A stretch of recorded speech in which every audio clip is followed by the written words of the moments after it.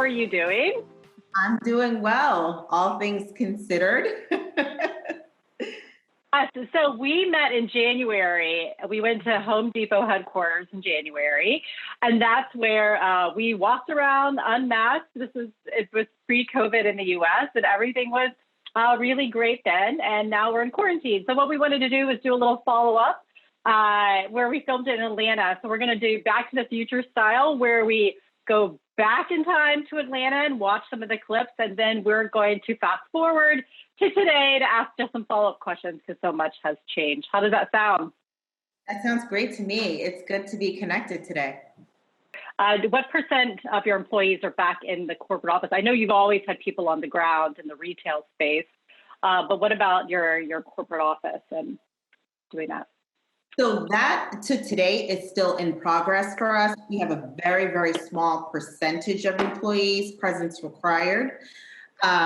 We are still rolling that out, so not much of an update there, but I can tell you what I've been proud about as an organization is that we've been very focused on a slow and measured approach to it. So it was never how quickly can we get everyone back to the office? It was how swift and safely we can get them back as soon as possible. But that safety piece has always been the priority, and we were guided by that principle. And how do you keep that culture if you have people are at such different places and living through a pandemic and a crisis and we're working remotely? It seems like that can also be challenging as well.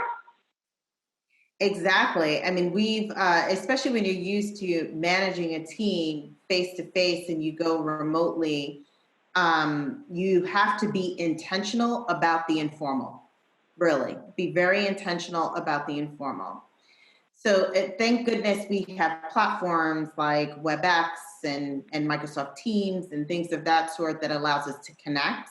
But boy, I know I've logged more texts and phone calls to my team and the entire, like within a few months and the entire time that we've been working together, because we don't have the 8 hours together or 9 hours together that we used to have face to face, where I could just do a pop in. Now it's a text or a phone call, or just let me try to call them on Microsoft Teams with the video on to see if they pick up. So it's been interesting continuing to build a relationship in a new format. But the good news is we can do it and we're doing it.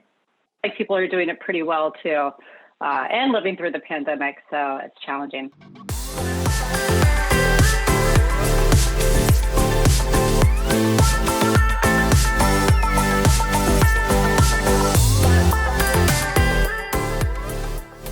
Okay, so we are in the merchandise store in the Home Depot. This is so cool. It is so great. Yeah, and so you oversee as part of your responsibilities the branded merchandise. So there's just so much like great Home Depot There's everything's stuff Home Depot, all football. throughout.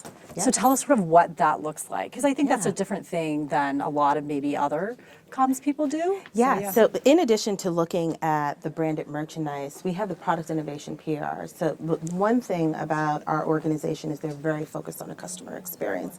And that customer experience looks at end-to-end experience. And a big part of that are the products.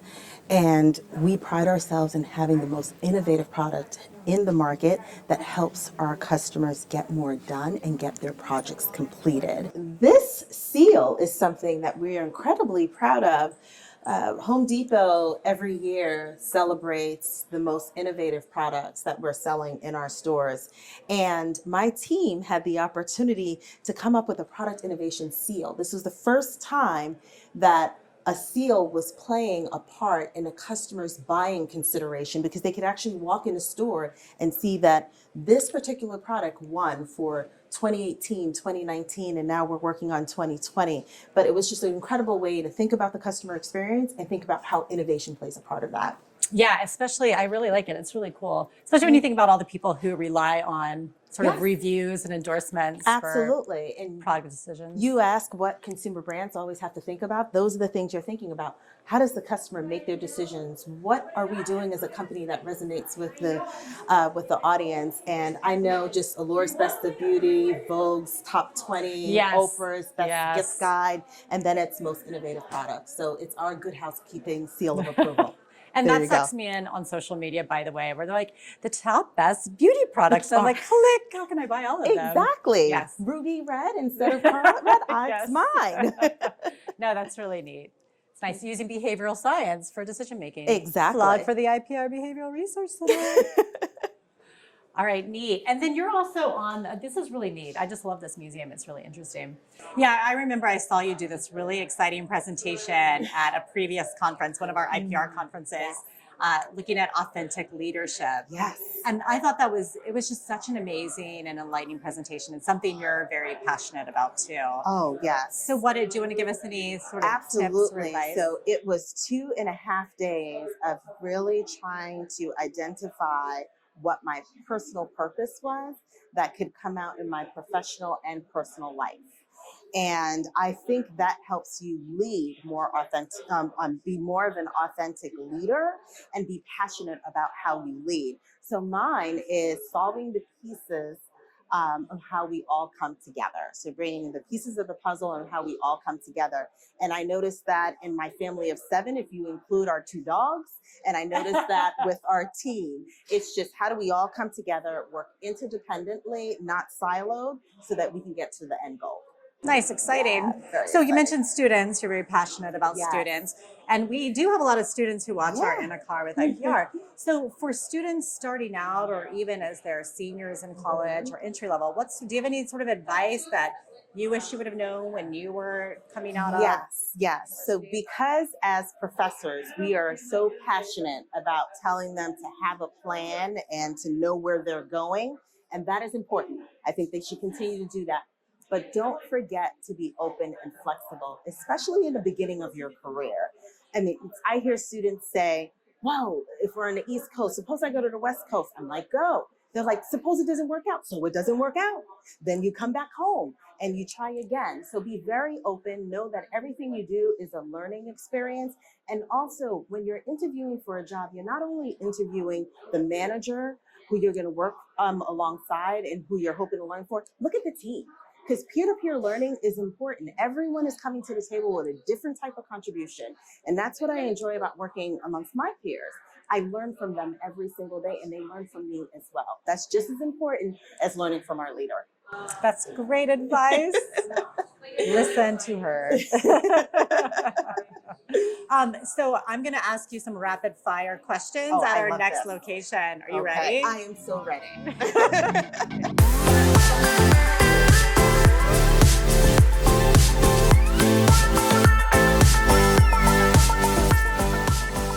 Okay, so I'm going to ask you some questions in this last segment. But first, you should probably tell us about all these Home Depot aprons. So another special place here at the Home Depot, walls and walls of aprons that have been designed by our associates for some of our ELT members. And what you learn from this is not only our culture, everyone's passionate about the store they work at and the region that they support, but how incredibly talented our associates are when it comes to artistry.